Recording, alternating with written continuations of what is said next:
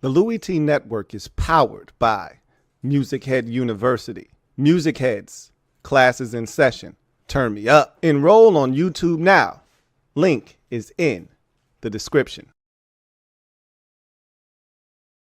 Who else could it be but me, your man, Louie T? Welcome to the Command Post Live. You know what it is. Post up, take command. I, of course, am your Commander-in-Chief, Louie T. Thank you for joining me. So we've had an opportunity to sleep on the Josh Conerly Jr. selection at 29. The Commanders give and place that Commanders tag on Conerly Jr. with the 29th overall selection. Commanders had opportunities to move out of that pick, most notably with the Philadelphia Eagles. If you recall, during the draft, Ian Rappaport reported that the Eagles pretty much from 22 all the way up until 31 with Kansas City were trying to get up feverishly to get Jahad Campbell. We've seen this from the Eagles. We've seen this from Howie Roseman. Just last year, they were trying to feverishly get up to get Quinyon Mitchell as early as 12 with Denver. Broncos were not interested, and neither were any of the teams that were after that selection. They actually ended up sitting tight, and look what happened. Quinyon Mitchell fell into their lap. Last night, they got a call from a number of teams, and Adam Peters told us this in his press conference, that he received multiple opportunities to trade back, not very far, and one of those he did not express what teams contacted him, but I can deduce, right, that the Eagles were one of those teams. He said they weren't going to have to move back very far. You would have only had to move back 2 picks. Here's the issue with moving back 2 picks. The team that you would have been moving behind of the Kansas City Chiefs were going to take an offensive lineman, and we talked about this. They were either going to take Conerly or they were going to take who they ultimately took, Josh Simmons. They knew if they moved back, there was a chance they wouldn't get their hands on Josh Conerly. Had the team behind them in Kansas City not been a team in the tackle market, they probably would have taken the deal, moved back with Philadelphia, picked up an additional pick, and done business with the Eagles for the second consecutive year in the draft. But as fate would have it, knowing that the Chiefs were sitting on their back hip, knowing that the Chiefs were going to take a tackle, and being that Adam Peters said they sweated this out, they thought the Bears, Adam Peters said he thought the Bears were going to take Josh Conerly Jr. at 10. So they were very nervous from the pick number 10 all the way until their selection at 29. They were able to navigate some murky waters there with some other offensive linemen coming off the board. Cowboys took a guard. I think we saw one more offensive lineman go. Gray Zabel went with the Seahawks. And so they were able to navigate those murky waters. Conerly fell into their lap. He said he was the number 1 player on their board. So it was a big deal to get Josh Conerly Jr. He said it was a consensus amongst everyone inside the building. And I know you guys have seen the video of Adam Peters with a note that Cliff Kingsbury wrote to him that said, get the tackle from Oregon. And he was showing the letter off to everyone. And he even spoke about that in his post first round draft presser. But my reactions last night are the same as they are today, right? And it was a raw reaction, and I feel like a lot of times your first reaction isn't necessarily the right reaction, but it's your most genuine reaction, right? But last night when we made the pick, my reaction was, well, this isn't sexy, right?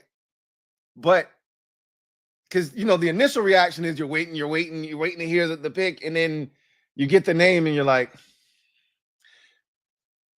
but this wasn't like how I felt when we drafted Emmanuel Forbes, right? When Christian Gonzalez was sitting there and you're like, yeah, oh my God. Or even, Deron Payne, when I had a tirade, when there were other guys on the board. This makes so much sense. And I said this last night. It's never sexy, and it'll never be sexy to draft an offensive lineman in the first round.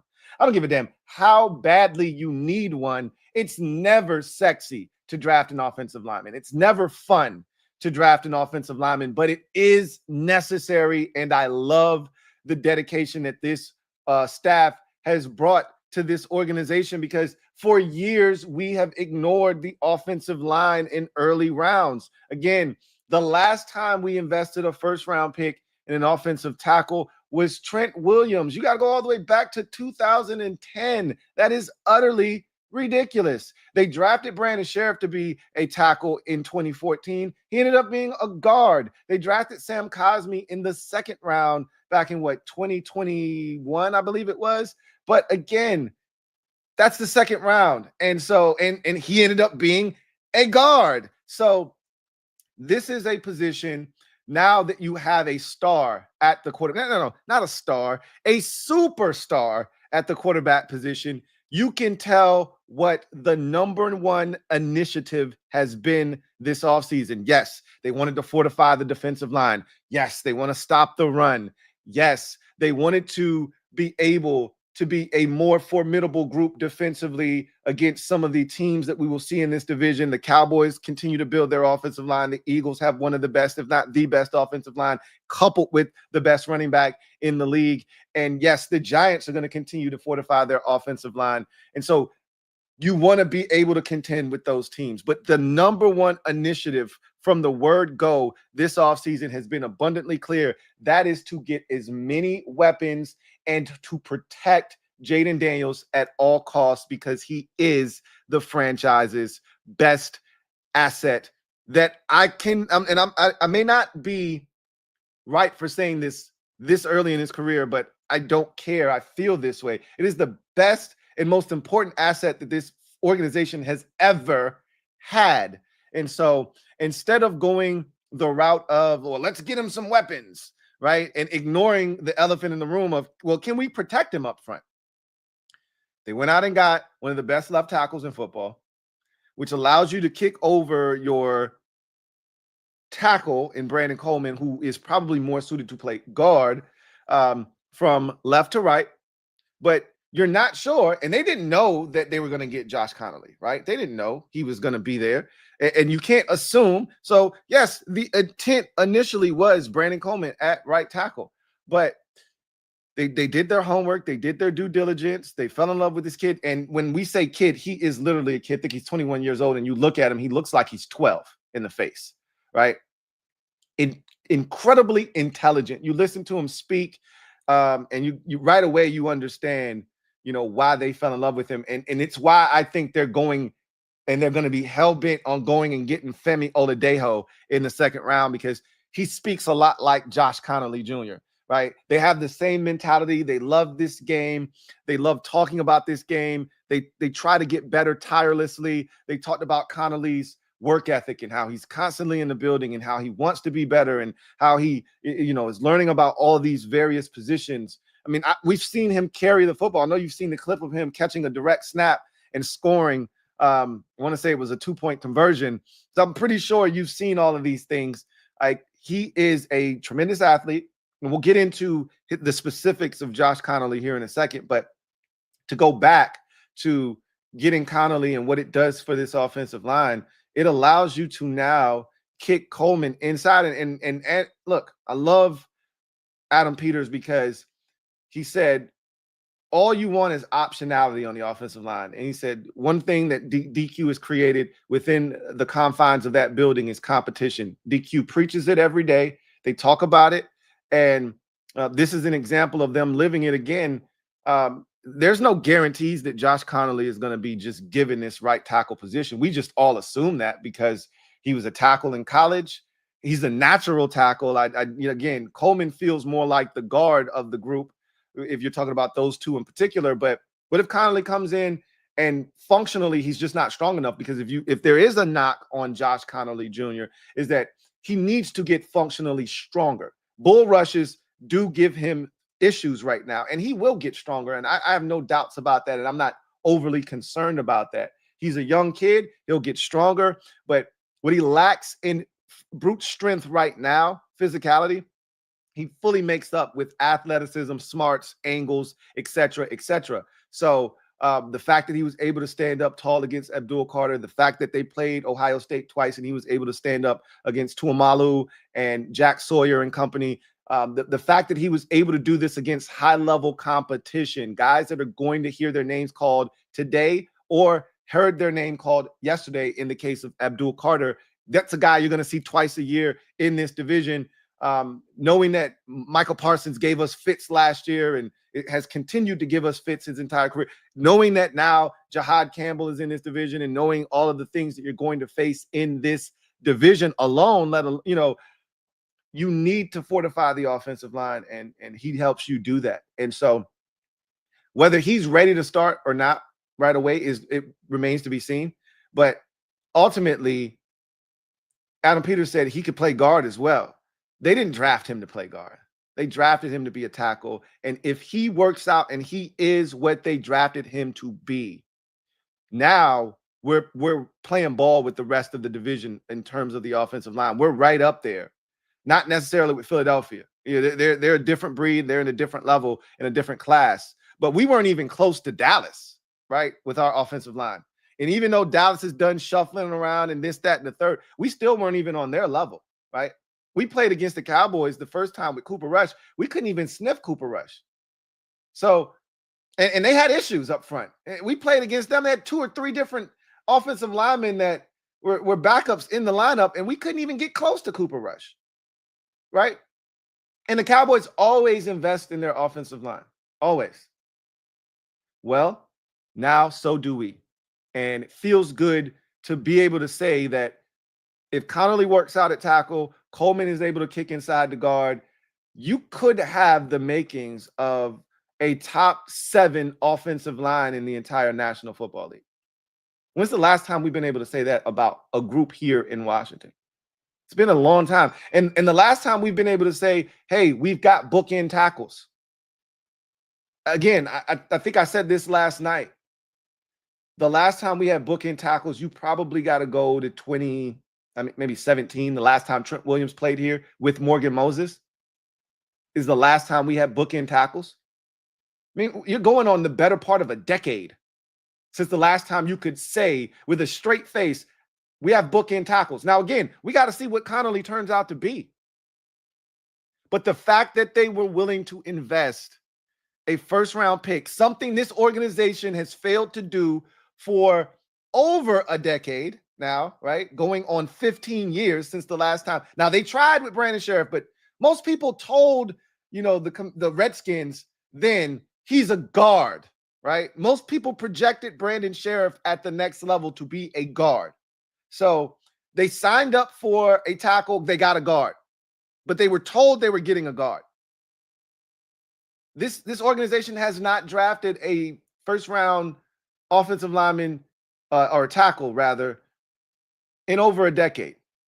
So it feels good to see them investing in the most important positional group that's on the team, but more importantly, continuing to double down on making sure that Jayden Daniels has a chance to be at his absolute best in 2025, to follow up what was a historic rookie campaign with an even bigger season for an encore in year number 2.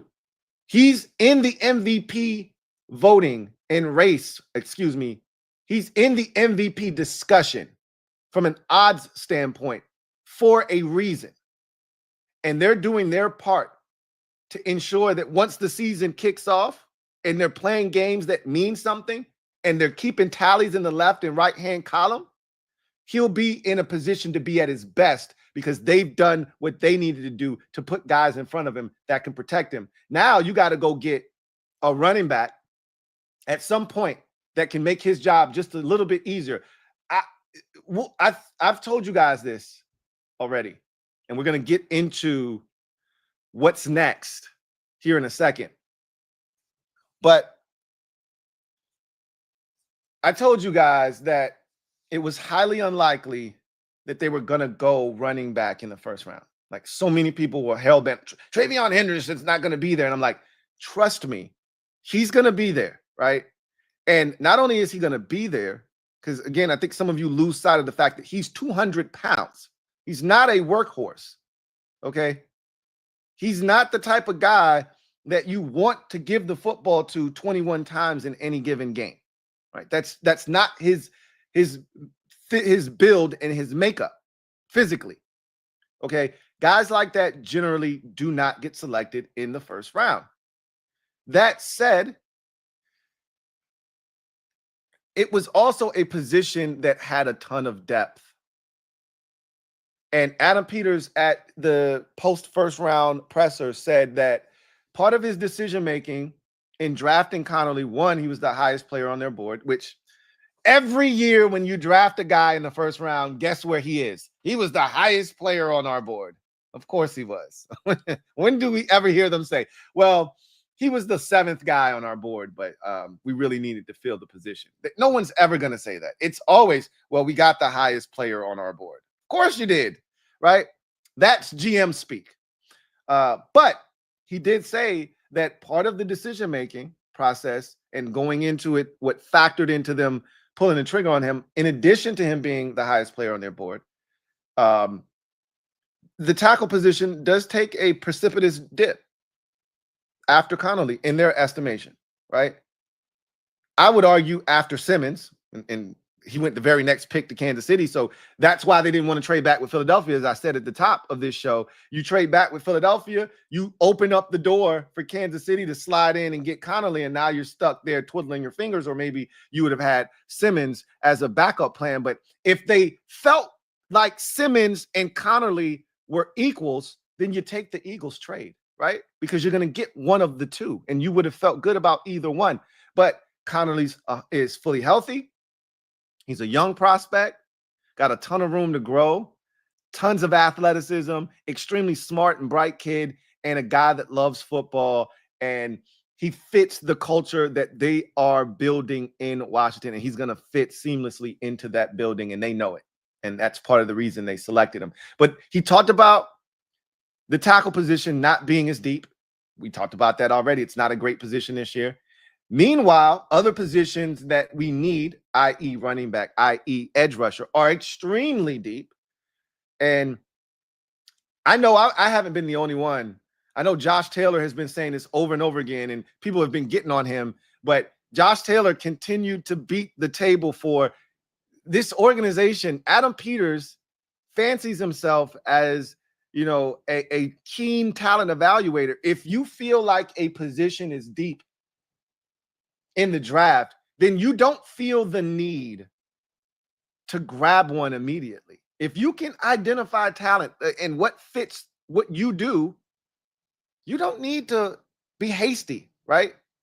Grab the thing that has a limited supply, right? I always tell you, when you're in the draft, you don't want to grab something because it's a limited quantity unless it also matches up with your board. Clearly for them, Josh Conerly was one of their most highly rated players, and it's a position that is limited quality, right? Quantity, rather. So while supplies last, you better go ahead and get yours. There are plenty of edge rushers in the store, right? They got some up front. They got a couple more in the midsection of the store. And then there's a bunch of them in the back, right? Now, you might not want any that's all the way in the back of the store. You might want something that's a little bit closer to the front. But trust and believe, there's plenty here for you to choose from. Same with running back. Hell, they've even got some in the back that have pink tags and that they're just looking to get off of the floor, right? Like, hey, just take this, right? Those guys, they'll be there, right? Tackle, they just got one rack right here in the front. And once it's gone, they don't have any more. Let's go ahead and get the tackle off the rack and keep it pushing. So that's what they did. And I love it. I love the continued pursuit of maximizing Jayden Daniels. If you want to complete the cipher, you have to go get a speed running back.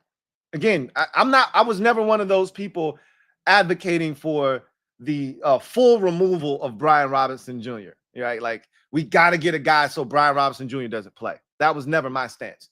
My stance was always just go get someone that when they touch it, there's a chance it could be 88 and out the gate, because we don't have that guy right now. That is that if you go get Jayden Blue in the 6th round, assuming he's there, I'm a happy man. I'm a happy man. Right? We'll see what they decide to do at running back. Doesn't feel like running back. So let's talk about today. All right, let's talk about today, because right now it does not feel like running back will be the selection at 61. But guess what?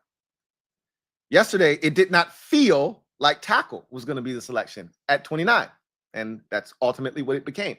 So it's hard to say what they will or won't do. I'm just telling you what it feels like right now. Today feels like an edge rusher. Today, and so did yesterday. So again, I know. So I might sound like a bit of a broken record, but today feels like Femi Oladejo, right? Now, I've also been adamant that 61 felt more like the pick that they would trade out of than 29 did. I told you guys that. Now, I thought 29 would be tough for them to trade out of because I didn't think there would be any suitors for the pick. There were suitors, in particular the Philadelphia Eagles, and they would not have had to move back but 2 picks. They would have still been in the 1st round. They would have probably picked up a 5th round pick or something of that note, because that's ultimately what they gave the Kansas City Chiefs, a 5th round pick. So we'd have picked up something that we don't currently have, a 5th round pick. We could have used that. But guess what? You would have run the risk of losing Josh Conerly Jr. And as you watched, as the Commander Kings, as Rio, Rico, Ed, and myself sat there in the war room making a decision about trading back, and then boom, we lost the player that we were trading back to hopefully still get. You just don't want to run the risk. It's too risky. And he said that. They could have traded back, but he said, and it wasn't going to be very far. Of course, it was just going to be 2 picks. And all you'd have to do was clear Kansas City. You knew what the Eagles were coming up for. So all you had to do was clear Kansas City, but you might not have been able to clear Kansas City because they were in the market for a tackle. So they did the right thing.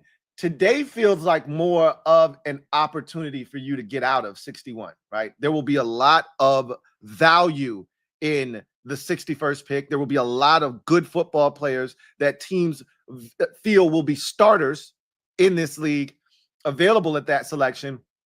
And if you're the Commanders, again, I think the phone will ring. There will be opportunities for you to get out of that pick. How far back is someone asking you to move is a big question there, right? Because you're at the fringe of the 2nd round, right? You're literally 3 picks away from the end of the 2nd round. So if someone's asking you to move back to 79, that's pretty far, right? That's 18 selections you have to move back. And obviously, you're going to pick up probably a 4th round pick if you move back that far, more likely than not. Maybe you'll pick up 2 3rd round picks. Like, for instance, I moved back to 79 with the Texans, and they gave me 79 and 89. I'd do that if I were the Commanders. Like, if I'm going to get 2 3rd round picks, yeah, I'll do that. But if it's a 3rd and a 4th, I already have a 4th. And again, might be worth it to move back, 15 spots from 61 to 76 and pick up the 108th pick in the draft, right? Which is a 4th round pick, if I'm not mistaken. It should be a 4th round pick, right around the beginning of the 4th round. I'd be cool with that. But what you don't want to do for the sake of trying to stockpile a bunch of picks is pass up on quality, right? Sometimes quantity isn't better than quality. And in this particular instance, the quantity is going to be plentiful in the 2nd and 3rd round, but there may be a quality guy there, right? That's one of those games where you have to be careful that you play with the draft, where you say, oh, the running back position's deep. Oh, the edge rusher position's deep. Yeah, it is deep. but how deep? And how far are you willing to go in that pool? Because again, there may be a lot of players that are available, but how many of them are true difference makers? Because that's what we need. We don't just need another body at edge rusher. We got enough of those. You're looking for an actual difference-making player. That's what you need. Having 80 picks is cool, but of those, let's say you got 10 picks. Having 10 picks is cool, but how many of those dudes are actually going to end up being difference makers? That's what you got to ask yourself. If I were the Commanders, so I feel like edge rusher is going to be the primary target, and I'll take it a step further. I think Femi Oladejo will be available at 61, and if he is, I think that's the pick, right? No matter what. That's their guy, I believe. They feel really good about him. They love his character. They love the juice that he brings. I know for a fact that if he is available, that is their guy, right? I say that not having any, sources or anything. I'm just telling you, reading the tea leaves. If he's available, he's a Commander. However, a name to watch out for, and I brought him up, and he's going to, he fell out of the first round. I don't know how long he's going to last in the second round. But Mike Green continues to sit there, and I talked myself into Mike Green because John Keim talked about the team vetting him and going through that process, and they like him. And, I coupled that with Adam Peters saying that, the whole story about the guy with character concerns in San Francisco ended up being one of the best players in the league and one of the best players in the locker room, et cetera, et cetera. And so I said, you know what? I don't think he's talking about James Pierce Jr. I think he's talking about Mike Green. So I said, hey, look out. And I said, this will be the biggest upset, because that's not a guy that should get the Commander tag, not in the first round. And I told you, they're selecting a guy in the first round that gets the Commander tag, right? Like, if you draft Mike Green, that's not a Commander's tag guy. That's a guy that you're taking a risk with. You're rolling the dice based off of his traits, his skill set, and the production that he produced in his final year in college at Marshall. You're taking a roll of the dice. That's not a guy that you can clearly state, oh, that's a Commander, like Femi Oladejo, right? But make no mistake about it, I do think that is a conversation for the second round, right? Nope, didn't pick him in the first round. But if Mike Green is still available at 61, and I don't think he will be, I think there's going to be one of these edge rushing needy teams that passed on him in the first round because it's just a hard sell to draft a guy with some character concerns and some issues like that in the first round. But now that it's day two, I could see someone saying, all right, we've done the homework. We've met with this kid. We've talked to him numerous times. We've talked to all the people that have been involved with this kid almost every step of the way. We've kind of gotten a good sense of who he is as a person. We're going to go ahead and press the button. He's a name to watch. I still think he's a guy that intrigues them, but if Femi's there, I don't think they're going to even concern themselves with a guy like Mike Green. But if Femi isn't, Green could become very interesting if he is still on the board. Scorton obviously is going to be a guy that makes a ton of sense for a number of teams in the second round. I think that's another guy to watch for this team. Now you're getting into my guy's territory, though. Braden Swinson is a guy that I absolutely love, But I'm resigned to the fact that I never get what I want. So Braden Swinson won't be a Commander, right?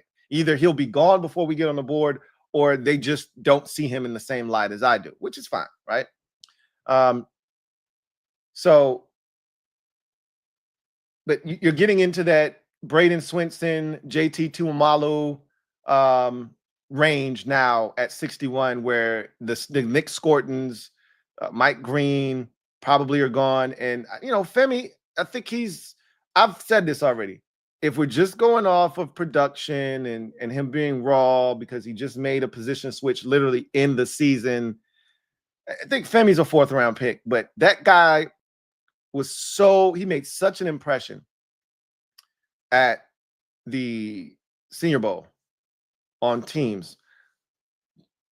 I think that he is someone that coaches probably fell in love with and said, yo, we got to have this kid. And I could see him, moving up the draft board just based off of that. So today feels like corner or edge to me. I don't anticipate running back being something that they do today, unless a guy like Caleb Johnson. I think they really like Caleb Johnson. I really think they like Caleb Johnson a lot. And if Caleb Johnson is there, I think he might be the only running back that they would be willing to spend the 61st pick on. That's just a gut feel. I mean, they could love Quinshon Judkins. They could love other backs. I mean, if Travion Henderson somehow is there, and I said during my mock draft, there's no way in hell Travion Henderson's available at 61. And I'm sticking to that. There's no way he's available. I think the Bears are going to take him with their first pick in the 2nd round if he's available then, right? And you may see some teams trade up in the 2nd round just to get their hands on Travion Henderson. Like, there's no way he's available at 61. But I think there are a select few guys that the Commanders, view as players that they wouldn't be willing to trade out of 61, just like they had probably a select few guys that they weren't willing. Like Adam Peters said at his post-first round presser that they had already talked about Josh Conerly, and if he was there, that they weren't going to trade the pick. So, because they knew that they couldn't afford to let Kansas City have a swing at it. Like, again, if Kansas City didn't exist, they would have probably traded back because they would, and again, Kansas City could have swooped up in front of them. They just didn't want to run the risk, and I get that, right? So, I think there are a couple of guys that they may stick and pick for, but otherwise, I think they're going to be working the phones trying to see if they can take one pick in day 2 and turn it into 2 picks in day 2, or 2 4th round picks tomorrow, right? Because again, I told you, I think the window of getting yourself a starting caliber player in this year's draft is the 1st to the 4th round. You may be able to find the starter in the 5th round. You may be able to. I think it's a bit of a stretch, but I think, to me, the best value in this draft is rounds 2 through 4. And I've said that, and I'm going to continue to be adamant about that. The best value in this year's draft is rounds 2 through 4. And if you can get 2 4th round picks, you feel really good about that. If you can get 2 3rd round picks, you feel even better than that, right? If you can, and I don't think there's any way you can keep your 2nd round pick and still pick in the 2nd round. Like, obviously, if the Eagles or some team behind you comes calling and you only got to move back 1 spot or 2 spots, you're not going to net a ton for doing that. You may pick up a 6th round pick for that. Well, I don't want your 6th round pick. Like, you keep your 6th round pick. Again, if I just got to move back 1 spot and you're not taking the guy that I was going to take, fine, cool, whatever. Like, it's not hurting me, and I'll get an extra 6th round pick. Okay, yeah, I'll do that. But if you're asking me to move back 2 or 3 spots to pick up a 6th round pick, and I may miss out on a guy that I really like, it just doesn't make any sense, right? So I think Caleb Johnson and Femi Oladejo are 2 guys to watch in terms of them just saying, "Now I'm good, not going to move. I'm just going to stick and pick." Outside of those 2 guys, to me, I don't think they're, I don't think they are locked into that pick. They are open for business to trade that pick. If those 2 players are there, I think they may say to themselves, it's too good of a value to move off of this spot and allow this guy to go elsewhere, right? To not be a Commander. So I think corner is one of those positions I don't love. And if they decided to take a Jaylen, a Darian Porter or someone like that with tremendous upside, I wouldn't blame them. Because to me, the fourth round, by the time you get to the fourth round, the corner position is going to be extremely bare, if you ask me. But they like Quincy Riley. They like Jalen Smith out of USC. So they have, backup plans there. You get Quincy Riley in the fourth round. You can get, Jalen Smith more likely than not in the sixth, possibly the seventh round. They feel comfortable with those two guys if need be. And knowing that's in their back pocket, I don't know if they feel compelled. Similar with the running back position, which is why I knew they weren't going to take one in the first round. I really don't think they're going to take one in the second round unless Caleb Johnson is there. And there's a chance he could be, but the likelihood is he's not. I think they just feel like it's a bunch of stuff at running back. We'll find something. We're not tripping. We like Ja'Cory Krosky Merritt. We like some of these other backs that are going to be later in the draft. We're good. We don't have to force the issue. We'll get one of these guys. Edge rusher, I think if they had a third round pick, it wouldn't be as, dire, because if you jump from 2 to 4, all of those guys that we've talked about, the Braden Swinstons, the JT Tuimalus, the Femi Oladejos, all of those guys that I know they probably like, they're probably gone by the time you get to 128. It's such a big gap. You're talking 67 picks between 61 in the second round and 128 in the fourth round. That's a significant gap, and it's a lot of opportunity. I mean, last night, let's see. Let me take a look at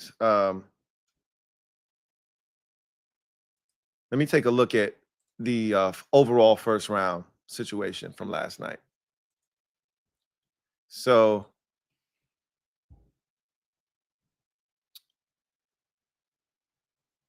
we had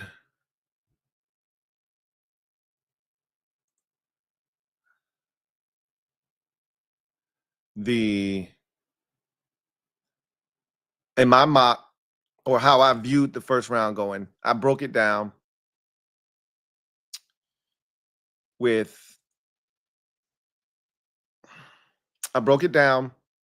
by position, right?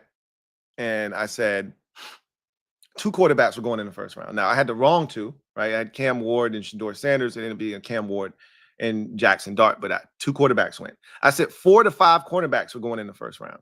I think we had 2 corners go the entire, and Will Johnson was not one of them, which was a big surprise as well. But, you find out more information about his knee, et cetera, et cetera. But Jahdae Barron and the other corner. Oh, no, we have 1 corner. Was Jahdae Barron the only corner to go? I could have sworn another one went. Yeah, Maxwell Hairston went to the Bills, excuse me. So you had 2 corners. I thought it would be 4 or 5. I said 7 or 8 edge rushers go in the first round. We had 1,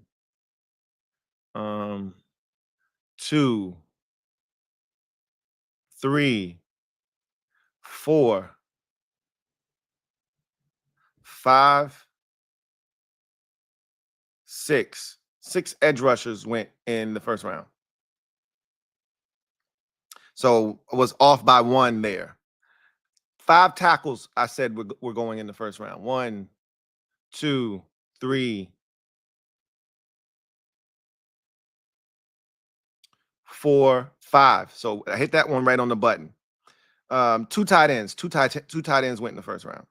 I said 4 defensive tackles. I think we had more than that. I think that was the position, and it's a really deep class, and I think that's the position that might have ate up some of these corners. Let's check and see. 1, 2, 3, 4, 5. Yeah, Tyleek snuck in the first round. I didn't think anybody would take Tyleek Williams in the first round. He snuck in there. So that's 5 defensive tackles. 2 running backs. I said 2 running backs. It ended up being 2 running backs. I said 2 safeties. Only 1 safety went. No Nick Amanawari. Only Malachi Starks went to the Baltimore Ravens. I said 2 guards were going to go in the first round. And let's see how many went. 1, 2, 3. 3 guards went. And I remember saying, there's no way Donovan Jackson is getting to the second round in my mock. when me and Rico were saying we were doing the mock draft with the Commanders Kings. There's no way Donovan Jackson and Kenneth Grant are going to be here. In Pro Football Sports Network is crazy how they rank their prospects, and that's how they pick. I was like, there's no way Kenneth Grant is going to go in the second round. He's not going to be here. He went 13th. I said, there's no way that Donovan Jackson's getting out of the first round. He went 24th overall to the Vikings. So I had 4 guards went in the first round. So I always tell you, offensive linemen get pushed up. They get pushed up. And I said 3 wide receivers were going to go in the first round. 2, if you didn't want to count Travis Hunter as a wide receiver, but rather a corner. But I said 3 receivers. We're going to count Hunter as a receiver. So 1, 2 with Tet, 3 with Emeka Egbuka, 4 with Matthew Golden. 4 receivers went. So we were off by 1. And the sneaky guy there was Emeka Egbuka sneaking into the first round, actually going higher than Matthew Golden. So 4 wide receivers went in the first round. So when you look at how everything kind of shook out, the cornerback position has barely been touched. 2 corners went. Will Johnson wasn't one of them. I think you're going to see a run on corners in the second round before the Commanders get on the board. And so I think that's another one of those positions where they're probably just going to have to wait until the 4th round and then take Quincy Riley. If Riley gets taken and gets sucked up in this run on corners and he's gone before the 4th round, which is very possible, then you go to your next fallback plan, which is Jaylen Smith, right? Cornerback out of USC. And he should be there in the 6th round. But again, all bets are off. It's not a great position this year. So anyhow, those are my thoughts on what today is going to look like, how they're going to function, how they're going to move. I truly do believe that there is an opportunity for them to trade out of 61. I think it will exist. I think it will be there. And I think they will be listening, just like they were listening last night. I mean, they took that pick all the way down to the full 10-minute allotment that they get. Most teams last night weren't hesitating. Like, the pick is in, and obviously once the team in front of you has their pick in, your clock starts then. But a lot of times the pick would be in, and then the next team would be on the clock, and it would say 7 minutes, and then their pick was in, right? Ours and the Chargers, and now we know why the Chargers went all the way down to the shot clock, went all the way, because they were on the phone with the Eagles. Eagles were trying to move up, and theirs went all the way down to 0. So did ours. And we were probably on the phone with the Eagles too. I think there's going to be an opportunity at 61 to get out of the pick. And if they stick and pick, feels like an edge rusher. Feels like an edge rusher. And I think there is, to me, like, it doesn't feel like, for running back, there are multiple fallback plans in place. You can get this guy in the 4th round, you can get this guy in the 6th or the 7th round. Hell, you could even go the undrafted route with running back. It's not preferable with all these guys that are available, but it's an option, right? I've talked about doubling down on running back. You take one and then you get another one undrafted, and I feel good about that, especially if the guy that's undrafted has speed as well. But there's a fallback plan at running back. There's multiple ways they can go. There's a fallback plan at corner, right? 4th round Riley, 6th round Jaylen Smith. There are fallback plans there. I don't know if there's a fallback plan if the edge rushers get gobbled up before you get to the 4th round. And that's the part where I think it compels them to maybe go. Now, you could trade back into the 3rd round. Like, you can move back 15, 18 slots and still get a really good edge rusher. Like, that's why I said unless it's a guy there that they absolutely got to have, like a Femi Oladejo or Caleb Johnson, I think is another guy that they would really just want to stick and pick. unless it's one of those type of players, I think they feel comfortable moving back and still getting the edge rusher. So that's where I am today. I think the pick is Femi Oladejo if he's available. Also, keep an eye on Caleb Johnson. You know, Will Johnson is really interesting. Nick, I keep calling him Nick. Mike Green is very intriguing. Another guy to keep an eye on, see how far he falls, and if the Commanders are interested in, you know, rolling the dice with him now that you're no longer in the first round. You know, him and Will Johnson are tremendous value at this point, even with the injury concerns with Will Johnson and the speed concern. I think more so than the knee, I think teams were also concerned with the speed, the lack of speed, and he refused to run. That's a big deal. If I'm going to spend high draft capital on a corner, you better be able to run. That's not a position where I can afford to have someone out there slow of foot. I can't do that. How often do you see first round corners be selected that are sub 4.5 40 guys? How often is that? You don't. It's not something that happens very often. Sub 4.5 or corners that run 4.5s get drafted all the time. They just generally don't get drafted in the first round. And we saw, where did the Alabama corner get drafted last year? Not Kool-Aid McKinstry. I know he went to New Orleans. I'm talking about the one that went to Detroit. Was he in the first round? Or was he in the second round? Let me look him up. See when he got drafted. Because he was a 4.5 dude too. And he was getting cooked last year. So again, the teams are very leery of that. Lions, Bama corner. Let's see. Terrion Arnold. Let's see where he got drafted. Terrion Arnold did go in the first round last year. Yeah, he ran a 4.5 flat. So he was on the fringe. He got drafted at 24th overall, and he was getting cooked last year. So dudes were running by him, including in our game, right? He was getting cooked. So yeah, you got to be really selective with that. And so it's going to be interesting to see where he ends up too. But let's get to the comment section. John Perez, thank you for the super chat. Greatly appreciate you. Thank you for being a member of the MOBB. My guy, JP, writes, drafting a tackle isn't sexy, but important. Absolutely it is. Absolutely. I couldn't agree with you more. I'd go Ty Felton or Henderson in round 2. Way too early for Ty Felton in the second round. Way too early for him. I would be pissed if they did that. Travion Henderson, if he's there, absolutely makes a ton of sense. Schedule comes out May 14th, hoping we get 7 primetime games. We'll be on TV quite a bit. 7's a bit aggressive, but it's not out of the realm of possibility.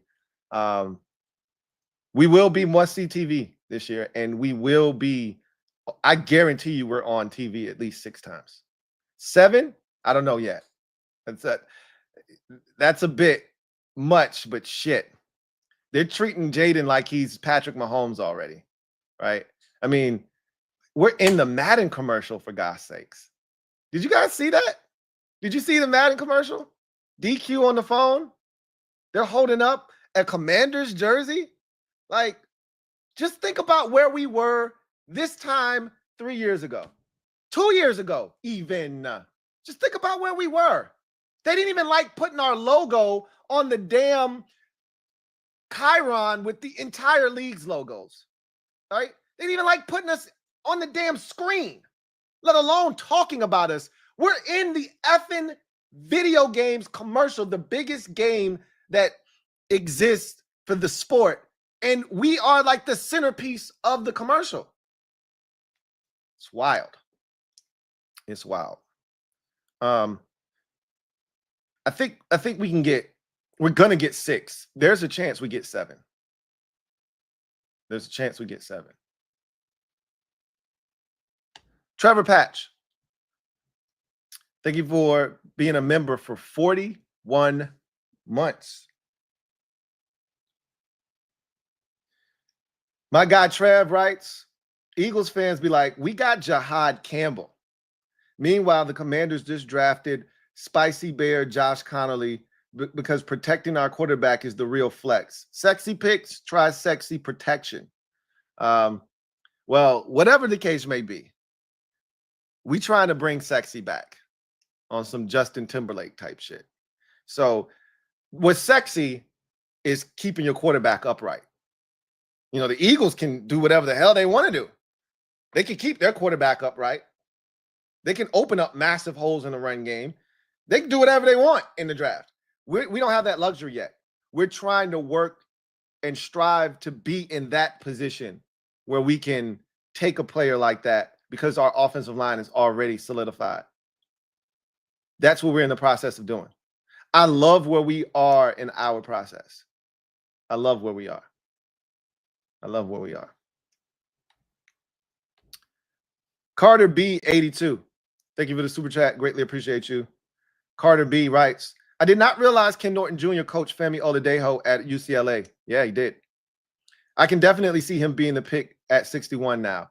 Yeah, he coached him at UCLA for 2 years, if I'm not mistaken. For 2 years, he coached him. And I think that's part of why they were already so enamored with him, was Ken Norton probably spoke very glowingly of the kid. Like, he got, and you know, Ken Norton's a guy that brings juice. Well, Femi is a guy that brings tremendous juice. Have you guys watched? I'm gonna drop this link in this chat for you guys. And I think most of you have probably already watched it. Let me pull this up for you guys so you can check it out if you haven't already done so. So this let me find this channel.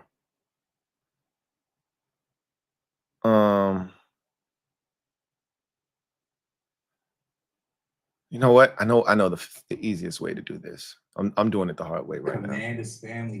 I'm doing this the hard way right now. Let's do this the easy way instead. Let's go to X. And I know an even faster way. Because I sent it to the Commanders Kings. So I can just go in my in our chat and I'll find it. All right. Here we go.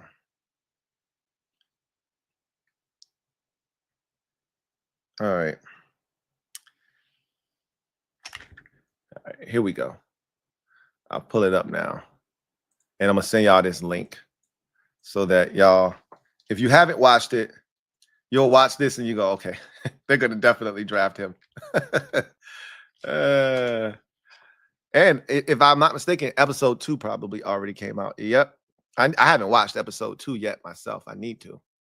But I'm gonna send you episode 1, right? And you guys can watch it. And so I'm gonna put this in the comment section here right now. So you guys can check that out. That is the video right there. All right. That you guys can check out. If after this is done, and I'll pin this in the, matter of fact, I'm gonna do it right now. I'll put this in the description of the video so you'll have access to it there, and then I'll pin it to the comment section for those of you who might want to watch a little bit later on down the line. You know, after the draft happens, you may not be interested in this now, but all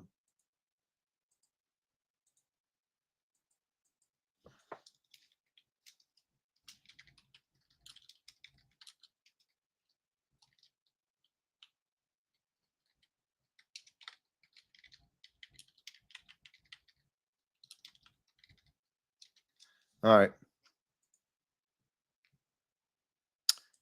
So I put it in the comment section, And or I put it in the it's a great video. It's like 30 minutes long. They're following these prospects at the Senior Bowl, and going through the process. We've never seen that kind of insight and that sort of behind the scenes look at the Senior Bowl before.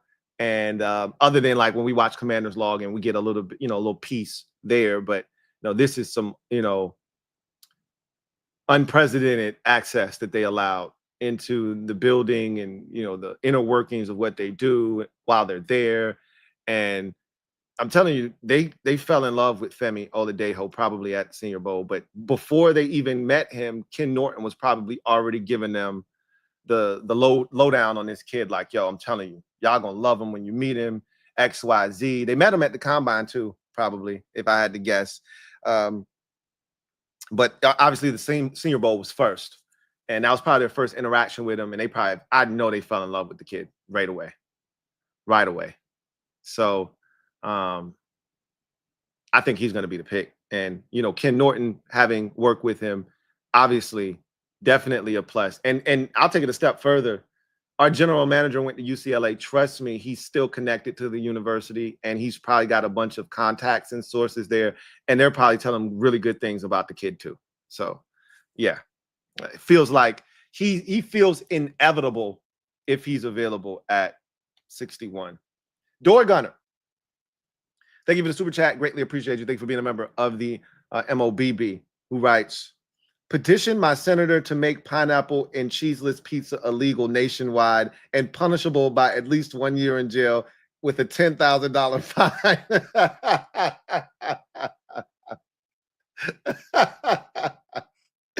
I love it. I love it.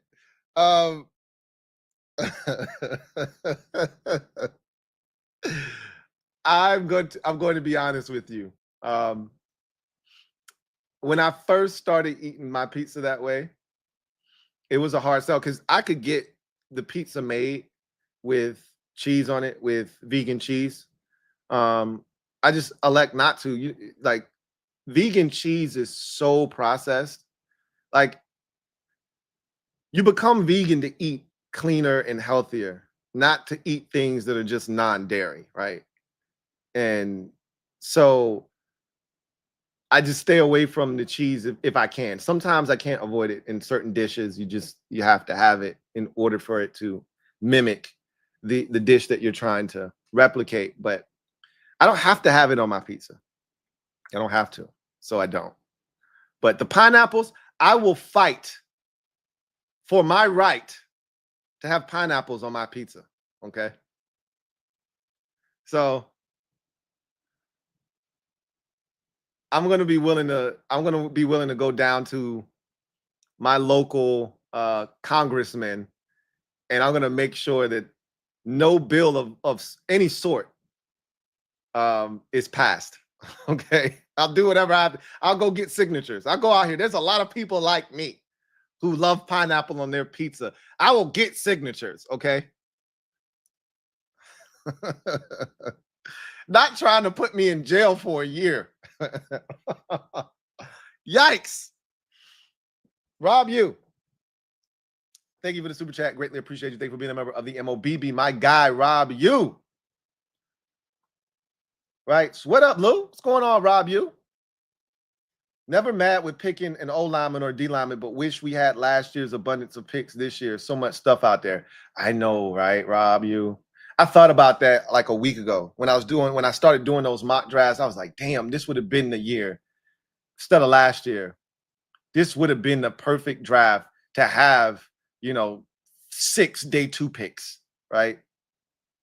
5 day 2 picks. But as fate would have it, we didn't have the access. We don't have the access to all of that capital like we did last year. But it's for a good cause, right? It's for a good cause.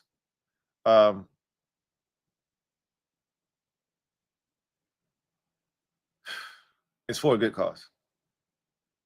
Because you got Laramie Tunzel, you got Deebo Samuel. You weren't going to find those guys, more likely than not, with the picks that you gave up to get them.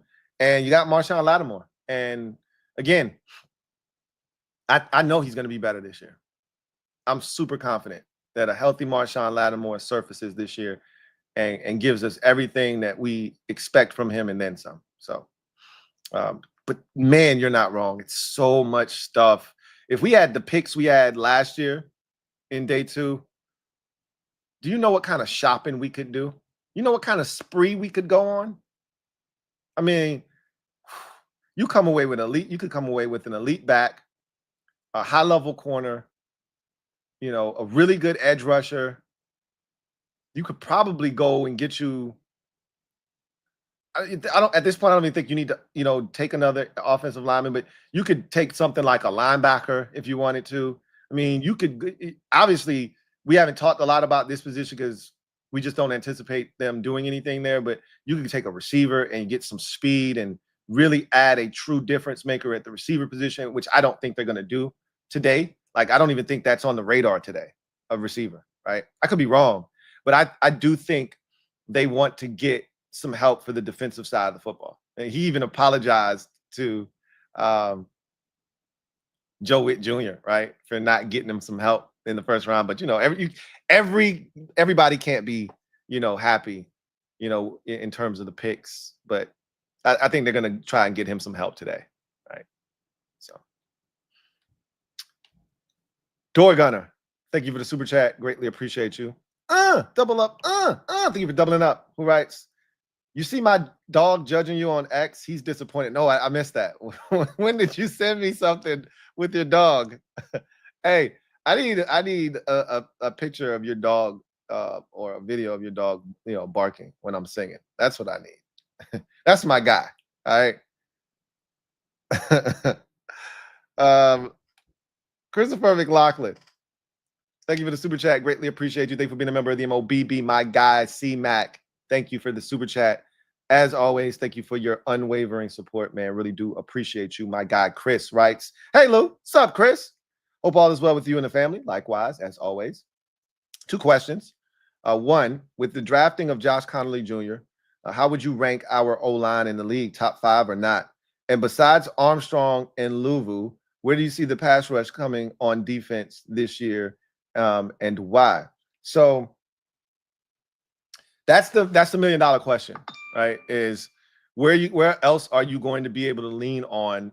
Who else are you going to be able to lean on to help generate pressure without blitzing?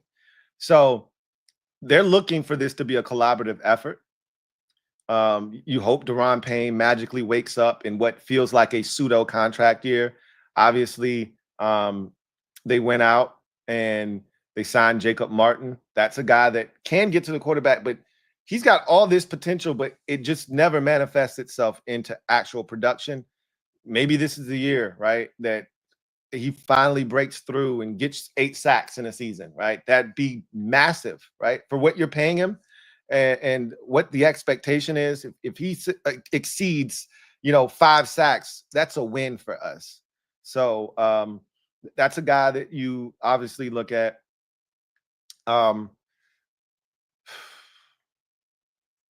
They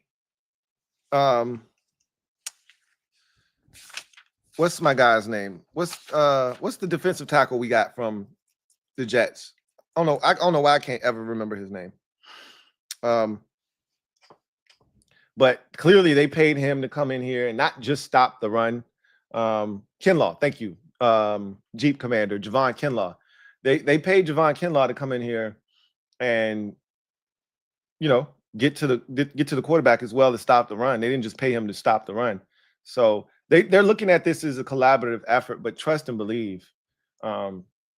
They are fully invested in going and getting an edge rusher in this draft. That's one of the positions that I'm pretty sure they told themselves we will come away with one. There's just too many of them in this draft for us not to. So right now, Jacob Martin is probably the only other guy that they're looking at saying, hey, we would love it if you could find a way to get to the quarterback. Everybody else is kind of there, and anything that they give you, it feels like a bonus. But, you're going to rely on Dorrance Armstrong again. You're going to rely on Frankie Louvu again. And Dorrance came on strong at the end of the season last year. So hopefully he picks right up where he left off. Frankie cooled off at the end of the season considerably. I thought he had a really strong NFC Championship game, though. He's one of the few guys that, came to play and actually gave us a shot. He plays really well against Philadelphia for whatever reason, which is a great thing, right? You need guys to step up in your biggest games, and he seems to do that quite often against the Eagles.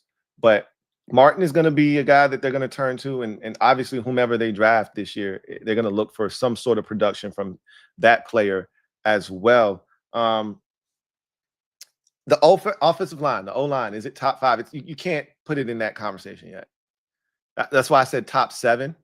And this, again, we're not sure what we have. We don't know what Josh Conerly is. And, on paper, if Conerly goes to right tackle, Coleman goes to left guard, and Cosme comes back healthy and is at right guard with Biotish in the middle, which is the assumption. I mean, everybody that is looking at this pick and kind of slotting everybody, that's how you're situating the offensive line. That feels like a top 10 offensive line on paper. But again, these things don't get played out on paper. So I'd have to see how they produce. You got to see Cosme come back healthy first. You got to see what Coleman looks like as the guard. We just assume he's going to be able to just plug in at guard and be very successful. We don't know that for sure right now. So on paper, it feels like a top 10 type unit, but got to see it actually manifest itself on the field. I think they've got top 7, potentially top 5, ability, like talent-wise. Yeah, that's the top 5 offensive line in the league. But again, you got to go out and you got to produce.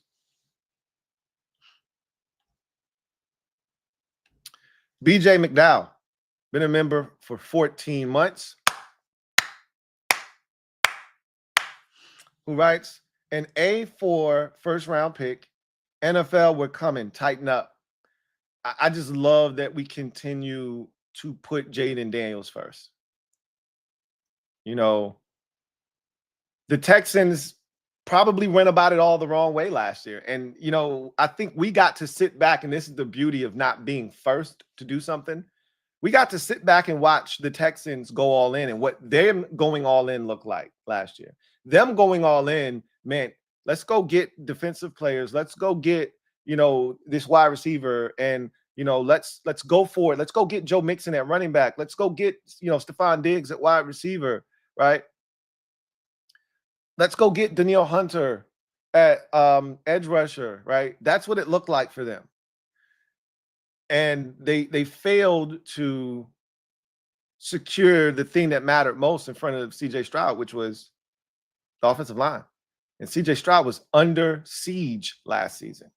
So while it was great to have all of those weapons that you had put around him, bringing back Dalton Schultz, already having Nico Collins, adding Tank in the draft the year prior, and having him come back from injury, adding Stephon Diggs, adding Joe Mixon. This is all great stuff, right? You put him in a position from a skill position standpoint, you put him in a great position to succeed. But oops, we forgot about the offensive line. And he got his ass whooped last year. No ifs, ands, or buts about it. And so if your quarterback is great, you want to put talent around him, but the first thing you need to do if you want to maximize him is protect him. That's number one. If you can do that, if he's as talented as you say he is, he'll do the rest. But he can't function if he can't stand upright and do what he's supposed to do.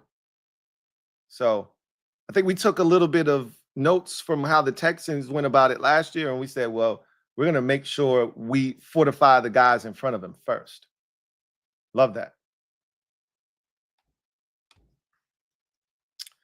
Door Gunner, thank you for the super chat. Greatly appreciate you. Door Gunner writes, call EB about Femi at UCLA, LOL. Well, Femi plays defense, and he was the offensive coordinator, but I'm pretty sure they cross-pollinated, and yeah, you probably could call him, but guess what? He's no longer at UCLA, is Eric Bieniemy. Actually, I think he's back in the NFL, coincidentally enough. I don't know where he landed, but he landed on his feet somewhere in the NFL. So good for EB, man. I got nothing. I got no ill will towards Eric Bieniemy, man. He came here. He gave it a run. It wasn't successful. We move on, right? You know what though? Honestly, he was exactly what we needed when we needed it. We needed him to come here and absolutely tank that season. All the pieces were in place, man. Like Ronald did what he was sent here to do, which was put us in a position to be where we are right now. And every step that he made, which were wrong ones, ended up being the right one, right? From drafting Forbes, from trading back and getting Jahan Dotson to, waiting all the way into the wee stages of the hiring process to go get Eric Bieniemy to be our coordinator and to allow Bieniemy to pretty much come in here and be the head coach and undermine Ron and, essentially be running the show and just creating total chaos and turmoil, not running the football at all. He did everything we needed him to do because that netted us the number 2 overall pick. So thanks. Once again, if we haven't said thanks, Ronald, thank you for your incompetence. Anyway, I digress. That is going to do it for me, your man Louie T. If you can, just do me a favor. If there are over 630 of you out there, hit the like button on your way out if you haven't already done so. I really appreciate each and every one of you guys. And remember, tonight we are going to be live for day 2 of the draft over on the Commanders Kings channel. So Rio, Rico, Ed, and myself will all be in attendance tonight. Now, if I'm not mistaken, it may just start off as me and Rio to kick off the coverage. We're going to start early at 6:30 to give you a little bit of work, the lead up to the draft, because today is early. It starts at 7 today, not 8. So I think we're going to jump in there at 6:30, a little early, just to kind of get you up to speed on where we are, kind of react to the JCJ pick, and talk about what we think is going to happen today. And Rico may be in at 6:30, but he'll be there right around 7, if not 6:30. And then Ed will be joining us around 8 or so tonight. So we will be by the time the 61st pick hits, we will be at full mass on the stream with all of the Kings in attendance. But nonetheless, we will be there and we will be kicking it with you guys tonight. And then remember, after that stream is done, you can come back here if you're not done kicking it, and you can come kick it with me for the after party. I'll bring the beverages. You just show up and we'll have a good time. So I got a little tipsy last night. Might happen again tonight. Who knows? Come by and we can talk about it. And we'll set the stage, obviously, for day 3 based off of what happens in day 2. We'll recap day 2, all of that good stuff. And you don't have to be a fan of the Commanders either. If you're not a Commanders fan and you're in the comment section right now, feel free to drop by because I'll be talking about the entire second round, or day 2 rather, second and third round. So you interested about some of the players you were able to grab and you want a little bit of information on them? If I have it, I'll give it to you. If I have an opinion, I'll give it to you. So feel free to stop by. But in any event, that's going to do it for me, your man Louie T. I look forward to chopping it up with you guys later on this evening. Hopefully, I'll see you on Commanders Kings channel and keep back here for the after party. Either way, I'll see you guys later on. Have a good one. Take care. Go Commanders. Go cook, AP. Go cook.